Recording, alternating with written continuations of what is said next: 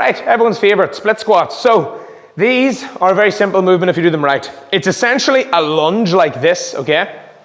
But the back leg's elevated. Now that is technically a split squat. What we're talking about is an elevated split squat, okay? So you're gonna find something roughly the height of your knee or ideally slightly below, depending on how flexible you are to put your back leg on. You're gonna make sure that you have a reasonably wide base of support. What that means is I'm not putting the back leg onto something that's very narrow behind me because I'll have no balance, okay? So if you can come around here just for a moment. If I'm here, I have much better balance because you'll notice that that leg and this foot have a bit of space so I can actually balance, okay?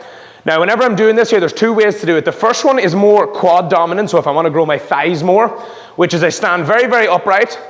I go down like so and I focus on pushing the knee forward, okay? I reach the point of the limit of my flexibility and I come back up, but I don't lock out the knee, okay? I lost my balance a bit there, okay? So, like this, knee forward, like so, back up.